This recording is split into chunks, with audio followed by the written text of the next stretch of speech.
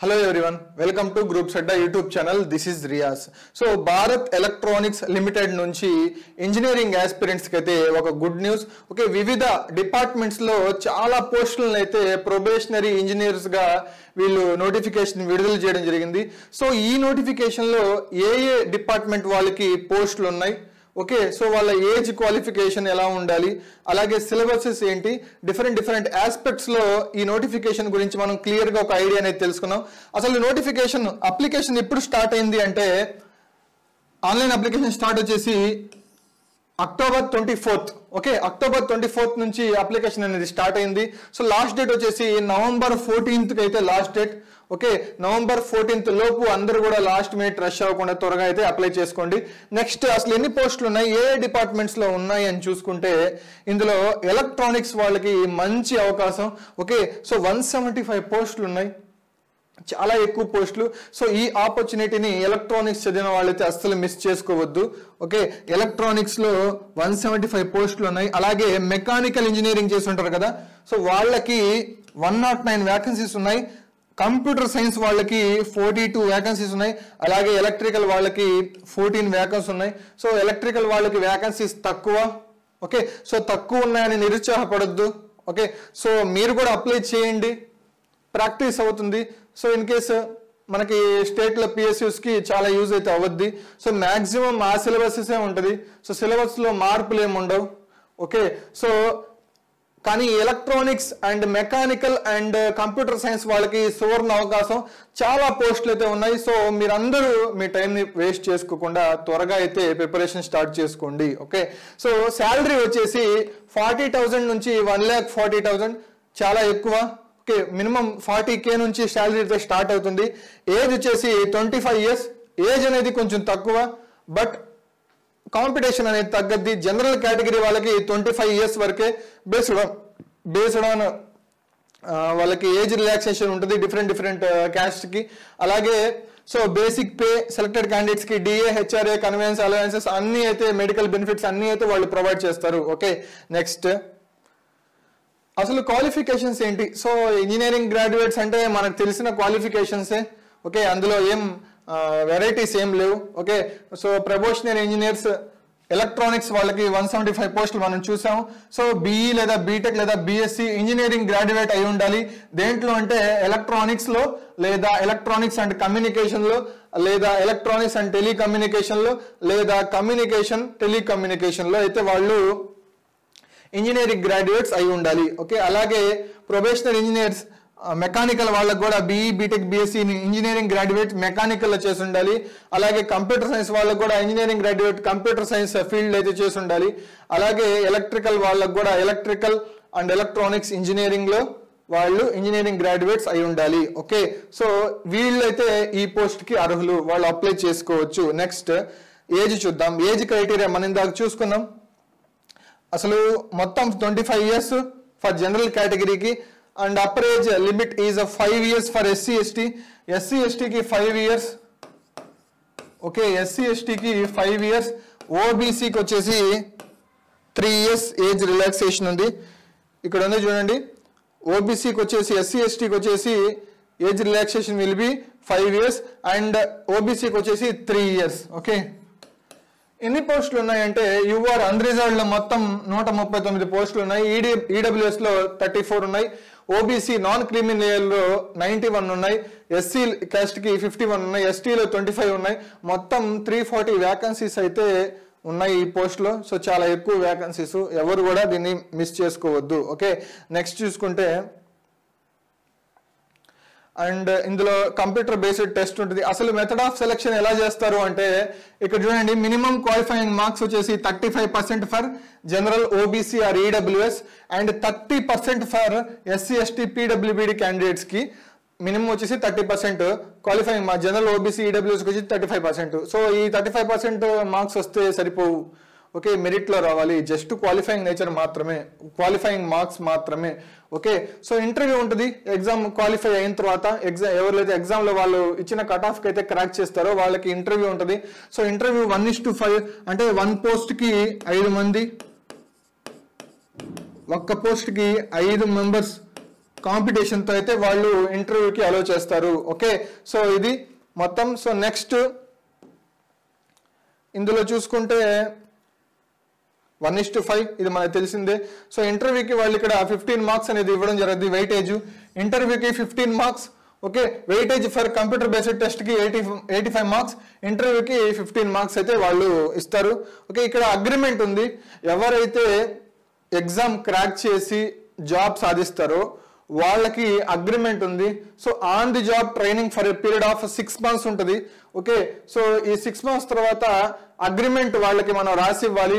ఎప్పటి వరకు అంటే 2 years అగ్రిమెంట్ అయితే ఇందులో ఉంటుంది. సో ఈ 2 years మనం అక్కడే వర్క్ చేయాలి. ఓకే, ఇన్ కేస్ ఈ 2 years లో మనం బయటికి వెళ్ళాలి అనుకుంటే వాళ్ళకి 2 lakhs పే చేయాలి. ఓకే, సో మ్యాక్సిమం ఎవరు బయటకు వెళ్ళరు. జాబ్స్ కోసం చాలా మంది ఆస్పిరెంట్స్ వెయిట్ చేస్తుంటే ఇంకా ఈ 2 years లోనే వేరే దానికి ఎవరు వెళ్ళగలరు. సో ఇది మనం పట్టించుకోవద్దు, జస్ట్ ఇది బాండ్ చెప్పాలి కాబట్టి చెప్పాను. ఓకే, నెక్స్ట్ అసలు సబ్జెక్ట్ ఎలా ఉంటుంది, ఇందులో నుంచి ఎంత వెయిటేజ్ వస్తుంది అంటే, సో టెక్నికల్ సబ్జెక్ట్స్ ఎవరైతే మెకానికల్ వాళ్ళు ఉంటారో వాళ్ళకి మెకానికల్ సిలబస్, అలాగే ఈసీ ఎలక్ట్రానిక్స్ వాళ్ళకి ఎలక్ట్రానిక్స్ సిలబస్, ఎలక్ట్రికల్ వాళ్ళకి ఎలక్ట్రికల్, కంప్యూటర్ సైన్స్ వాళ్ళకి కంప్యూటర్ సైన్స్ సిలబస్. సో మొత్తం 100 మార్క్స్ ఉంటుంది, 100 క్వశ్చన్స్ ఉంటాయి. ఓకే, 100 మార్క్స్ 100 క్వశ్చన్స్ ఉంటుంది. అలాగే general aptitude and reasoning. Okay, general aptitude and reasoning topic నుంచి 25 మార్క్స్ 25 క్వశ్చన్స్ వస్తాయి. So total 125 questions 125 marks. Okay, so exam duration వచ్చేసి 2 గంటలు. 2 hours లో మనం 125 క్వశ్చన్స్ అనేవి అటెంప్ట్ చేయాలి. ఓకే, అలాగే ఆబ్జెక్టివ్ టైప్ ఉంటుంది. So there will be negative marking exam for every wrong answer 1/4 marks. So ఇందులో కొంచెం నెగిటివ్ మార్క్ అనేది కొంచెం ఎక్కువ. ఓకే, 1/4 నెగిటివ్ మార్కింగ్ ఉంటుంది, అంటే 0.25. సో మీరు 4 క్వశ్చన్స్ రాంగ్ చేస్తే మీకు 1 మార్క్ అనేది కట్ అవుతుంది. ఓకే, కొంచెం నెగిటివ్ మార్కింగ్ ఎక్కువ, ఇందులో కొంచెం జాగ్రత్తగా ఉండండి. ఓకే, తెలిస్తేనే మీరు ఆన్సర్ చేయండి, తెలియకపోతే better to skip the question. Okay, so మీరు ట్రై చేయాలి, పెడితే కరెక్ట్ అవ్వద్ది. డౌట్ ఉన్నా కూడా మీరు అటెంప్ట్ చేయొద్దు, ఎందుకంటే వచ్చిన మార్క్స్ సో 0.5 మార్క్స్ చాలు కట్ ఆఫ్ నుంచి మనం జాబ్ ఇంటర్వ్యూకి వెళ్ళకపోవడానికి. సో అందుకోసం మీకు తెలిస్తేనే అటెంప్ట్ ఇవ్వండి, లేకపోతే డౌట్ 50-50 ఛాన్సెస్ ఉన్నా మీరు అటెంప్ట్ అయితే ఇవ్వద్దు. ఓకే, నెక్స్ట్ సిలబస్ ఏంటి ఇందాక చూసుకున్నాం. జనరల్ యాప్టిట్యూడ్ అంటే 25 మార్క్స్. సో జనరల్ యాప్టిట్యూడ్ లో కూడా మనకి టైప్స్ ఉన్నాయి. సో ఇందులో నుంచి ఎన్ని టాపిక్స్ ఉన్నాయి, ఓన్లీ యాప్టిట్యూడ్ రీజనింగ్ మాత్రమే కాదు, ఇందులో ఇంగ్లీష్ కూడా యాడ్ అవుద్ది, కరెంట్ అఫైర్స్, జీకే జిఎస్ కూడా యాడ్ అవుతుంది. ఓకే, సో యాప్టిట్యూడ్ నుంచి క్వశ్చన్స్ వస్తాయి, రీజనింగ్ నుంచి క్వశ్చన్స్ వస్తాయి, బేసిక్ ఇంగ్లీష్ నుంచి క్వశ్చన్స్ వస్తాయి, జీకే జిఎస్ లో నుంచి క్వశ్చన్స్ వస్తాయి. బట్ 2025 ఈ సంవత్సరంలోనే ఏప్రిల్లో ఐ థింక్ కండక్ట్ చేశారు ఎగ్జామ్, ఒక ఎగ్జామ్ కంప్లీట్ అయింది. అందులో నుంచి ఈ టాపిక్ లో కొంచెం క్వశ్చన్స్ ఎక్కువ అడిగారు, జీకే జిఎస్ కరెంట్ అఫైర్స్ నుంచి. ఓకే, ఈ టాపిక్ కొంచెం ఇంపార్టెంట్, కొంచెం జాగ్రత్తగా చూడండి. సో ఇవి కూడా యాప్టిట్యూడ్ రీజనింగ్, ఇది ఎలాగో మనకి ప్రతి ఒక్క ఇంజనీరింగ్ ఆస్పిరెంట్ కి ఇది ఐడియా ఉంటుంది కాబట్టి, సో మీరు దీని మీద మీకు ఇది వచ్చు అనుకుంటే దీని మీద ఫోకస్ చేయండి. సో బట్ అన్ని అయితే చదవండి. ఓకే, ఏ టాపిక్ కూడా స్కిప్ చేయొద్దు. ఓకే, ఇన్ కేస్ మీరు స్కిప్ చేయాలి అనుకుంటే ఈ బేసిక్ ఇంగ్లీష్ స్కిప్ చేయవచ్చు. ఓకే, సో ఈ 3 మాత్రం చాలా ఇంపార్టెంట్, ఇందులో మాత్రం ఏది వదలొద్దు. ఓకే, నెక్స్ట్ ఎలక్ట్రానిక్స్ వాళ్ళకి సిలబస్ ఏంటి, 100 మార్క్స్ కి అని చెప్పి మనం చెప్పుకున్నాం కదా. సో ఈ 100 మార్క్స్ లో ఏమేమి సబ్జెక్ట్స్ ఉంటాయి అంటే, సో మాక్సిమం ఎలక్ట్రికల్ ఎలక్ట్రానిక్స్ వాళ్ళకి ఒకే సిలబస్ ఉంటుంది, బట్ 2-3 సబ్జెక్ట్స్ అనేవి డిఫరెన్స్ వస్తుంది. మాక్సిమం గేట్ సిలబస్, ఏఈ సిలబస్లే ఉంటాయి. ఓకే, ఇందులో ఎక్స్ట్రా సిలబస్ అంటూ ఏం లేదు. ఓకే, సో మీరు ఎవరైతే ఏఈకి ప్రిపేర్ అవుతున్నారో, ఎవరైతే జేఈకి ప్రిపేర్ అవుతున్న వాళ్ళు ఉన్నారో, ఆర్ఆర్బి జేఈకి కానీ, ఎస్ఎస్సికి కానీ, స్టేట్ పిఎస్యూస్ కానీ, ఎన్టీపీసీకి కానీ, ఎన్హెచ్పిసికి కానీ, డిఫరెంట్ పిఎస్యూలకి రాసి ఉంటారు కానీ, ఏపీ ఎస్పీడీసీలు పవర్ సెక్టార్స్లో ప్రిపేర్ అవుతున్న వాళ్ళందరికీ ఇది చాలా యూజ్ అవుతుంది, ఎందుకంటే సిలబస్ మ్యాక్సిమం ఒకటే ఉంటుంది. సో అలా ఏఈకి ప్రిపేర్ అయ్యే వాళ్ళందరూ కూడా దీనికి అటెంప్ట్ ఇచ్చుకోవచ్చు. Okay, so digital electronics and network theory, analog device and circuits, microprocessor, communication systems, basic electronics, semiconductor devices, అలాగే control systems, signal and system, EMFT, radar and satellite communication. So నేనేమైతే mark చేశానో electrical వాళ్ళకి, electronics వాళ్ళకి ఆ సబ్జెక్టులే తేడా. Okay, ఈ 3 subjects electrical వాళ్ళకి ఉండవు, ఓకే, సో ఈ 3 సబ్జెక్ట్స్ కనుక మీరు కొంచెం ట్రై చేయండి. సో వాళ్ళకి ఇదే మ్యాక్సిమం ఉంటుంది. ఎలక్ట్రికల్ చూసుకుంటే బేసిక్ ఎలక్ట్రికల్ ఇంజనీరింగ్, మిషన్స్ ఉండదు ఈజీ వాళ్ళకి, పవర్ సిస్టమ్స్ ఉండదు, మెజర్మెంట్స్ అండ్ ఇన్స్ట్రుమెంటేషన్ అయితే ఇందులో లేదు. Okay, so next power electronics, EDC electronic devices circuits, digital electronics, analogue electronics, communication systems. So ఇందులో నుంచి ఎలక్ట్రికల్ వాళ్ళకి కమ్యూనికేషన్ సిస్టమ్స్ అని కొంచెం టఫ్ ఉండొచ్చు, బట్ ఇందులో నుంచి వాళ్ళు ఎలక్ట్రికల్ వాళ్ళకి మాత్రమే కొంచెం బేసిక్స్గా అయితే వాళ్ళు క్వశ్చన్స్ అడుగుతారు. అలాగే micro processor, micro controllers, control systems, network theory, electromagnetic theory, electric and electronic measurements. Okay, so ఇవి అయితే ఎలక్ట్రికల్ అండ్ ఎలక్ట్రానిక్స్ వాళ్ళకి సిలబస్. ఓకే, సో వాళ్ళకి వీళ్ళకి తేడా ఏంటంటే communication, semi conductor devices, radar and satellite communication, ఈ సబ్జెక్ట్లే తేడా. Okay, so next mechanical engineering వాళ్ళకి కూడా చాలా పోస్టులు ఉన్నాయి, 100+ పోస్టులు ఉన్నాయి. సో వాళ్ళకి సిలబస్ ఏంటంటే strength of materials, manufacturing and production technology, thermodynamics, industrial engineering, heat transfer, fluid mechanics, engineering mechanics, theory of machines, machine design, material science, AC refrigeration.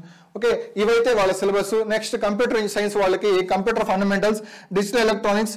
So ఇది ఎలక్ట్రికల్ వాళ్ళకు ఉంది, ఎలక్ట్రానిక్స్ వాళ్ళకు కూడా ఉంది. Okay, so digital electronics and logic, basic electronics. So ఈ electrical electronics వాళ్ళకు కూడా ఉన్నాయి. అలాగే programming in C++, Java, so data structures, algorithm and complexity, database management systems, operating systems, computer network, software engineering, cyber security fundamentals, web technology, HTML, CSS, Java script, cloud basics. So వీటి నుంచి అయితే వాళ్ళు questions అనేది అడుగుతారు. Next so previous years. Okay, so ప్రీవియస్గా ఈ ఇయర్లో కూడా ఒక ఎగ్జామ్ అనేది కండక్ట్ చేశారు. సో ఐ థింక్ ఏప్రిల్ అలాంటి ఆ మంత్లో ఇందాక చెప్పుకున్నాం కదా. సో ఇందులో వాళ్ళు కట్ ఆఫ్ ఎంత ఇచ్చారు, సో ఎంతకి అంటే 125 మార్క్స్కి ఇప్పటివరకు మనం చూసుకున్నాం కదా. 125 మార్క్స్కి యువర్ అన్రిజర్వ్డ్ కేటగిరీలో మెకానికల్ వాళ్ళకి 92.5 mark. Okay, cut off. So total 125 మార్క్స్కి 92.5 మార్క్స్ క్రాక్ చేసిన వాళ్ళకి వాళ్ళు సిబిటి అనేది క్వాలిఫై అయ్యారు. సో వాళ్ళని ఇంటర్వ్యూ అనేది పంపడం జరిగింది. నెక్స్ట్ అలాగే ఈసీఈ వాళ్ళకి 87.5. ఓకే, సో ఓబీసీ వాళ్ళకి 91.5, ఈసీఈలో 82. సో ఈడబ్ల్యూఎస్ వాళ్ళకి మెకానికల్లో 84 అండ్ ఎలక్ట్రానిక్స్లో 71. అలాగే ఎస్సీ వాళ్ళకి 86.7, మెకానికల్లో 74.7, ఎలక్ట్రానిక్స్లో. ఎస్టీ వాళ్ళకి 80.75 అండ్ ఈసీలో 68 మార్క్స్ అయితే వీళ్ళు కట్ ఆఫ్ అనేది పెట్టడం జరిగింది. సో అందరూ కూడా లాస్ట్ మినిట్ రష్ కాకుండా త్వరగా అయితే అప్లై చేసుకోండి. సో దీనికి అప్లికేషన్ ఫీ అనేది కొంచెం ఎక్కువ, అరౌండ్ 1100 అలా ఉంటుంది. బట్ మీరు అప్లికేషన్ ఫీతో ఆలోచించకుండా ఒకసారి ట్రై చేయండి. సో మీకు ప్రాక్టీస్ అవుతుంది. మ్యాక్సిమం ఏఈ సిలబస్సే. ఓకే, సో మీరు ప్రాక్టీస్ మేక్స్ మ్యాన్ పర్ఫెక్ట్ అంటారు కదా. సో అందుకోసం మీరైతే అప్లై చేసుకోండి, అందరైతే రాయండి. ఓకే, అందరూ కూడా క్లాసెస్కి అయితే ఎన్రోల్ అవ్వండి. సో మా గ్రూప్స్ అడ్డా యాప్ అయితే ఇన్స్టాల్ చేసుకోండి. డిస్క్రిప్షన్ ఇచ్చిన లింక్ని క్లిక్ చేసి యాప్ని అయితే ఇన్స్టాల్ చేసుకోండి. సో ఈ భారత్ ఎలక్ట్రానిక్స్ లిమిటెడ్కి సంబంధించి క్లాసెస్ అనేవి ఎలక్ట్రానిక్స్ వాళ్ళకి మేము ప్రొవైడ్ చేస్తున్నాం. ఓకే, సో సీనియర్ మోస్ట్ ఫ్యాకల్టీతో అయితే మేము క్లాసెస్ కండక్ట్ చేస్తాం. Lecture notes, recorded videos, topic wise test, subject wise test అన్నీ అయితే మేము మీకు ప్రొవైడ్ చేస్తాం. సో ఇన్ టైంలో ఎంటైర్ సిలబస్ అనేది మేము కంప్లీట్ చేస్తాం. ఓకే, సో అలాగే ఎగ్జామ్ అనేది ఐ థింక్ లాస్ట్ జనవరి లాస్ట్లో ఉండొచ్చు. ఓకే, ఎగ్జామ్ అనేది జనవరి లాస్ట్లో ఉండేదానికి ఛాన్సెస్ అయితే ఉన్నాయి. సో ఈ 3 months టైంలో అయితే మీరు మీ ప్రిపరేషన్ స్టార్ట్ చేయండి.